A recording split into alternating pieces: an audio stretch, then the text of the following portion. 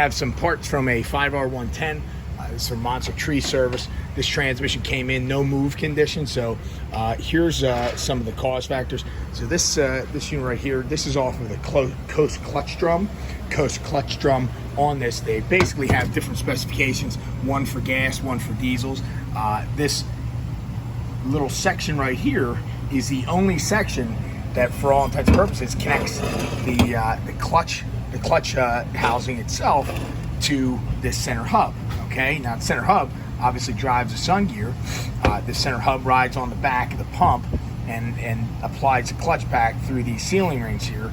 Well, when this breaks, it winds up beating up the several things. This flops around because it's no longer connected, and what sets up the end thrust in these transmissions is these surfaces on the gear components. So because of this failing, you have these components moving independently of one another. So you see here's the one return spring here. Okay, here's another return spring here, and these components got all chewed up because of these components breaking and not being oriented properly.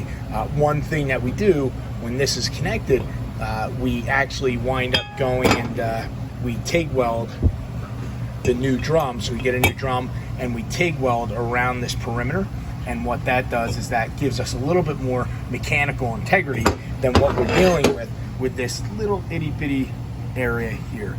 Now I'm not sure how that is connected, whether it's just a friction weld. The way that it looks like it's sheared off looks like it's a friction weld. So in other words, you have the two components spinning or one of the components spinning, one of them being held stationary.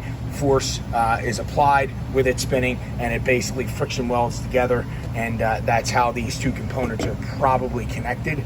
One's a sheet metal, stamping component. This is obviously machined component. So in the other side of the transmission here on the pump, get the component so we can show you the relationship.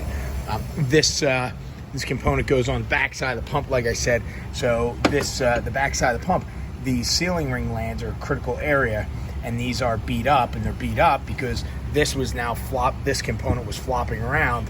You can see how that sealing ring there is very, very thin. In addition, we do some valve body modifications and upgrades. The Transgo 5R110 shift kit. This creates or corrects some runaway line pressure conditions, and that runaway line pressure condition can cause the snap ring land in the case to break off. And when that snap ring land in the case breaks off, those are ring lands there. When the snap ring land in the case breaks off, you wind up with a leak, and it comes out of the top of the trans. So it's sometimes difficult to find, but fortunately that problem did not happen, and integrating that shift recal package is going to prevent that problem from happening in the future. Going to put some obviously new clutches, new pistons in the transmission, bushings and whatnot, and we should have a transmission that is better than the factory remanufactured transmission because of these upgrades and modifications.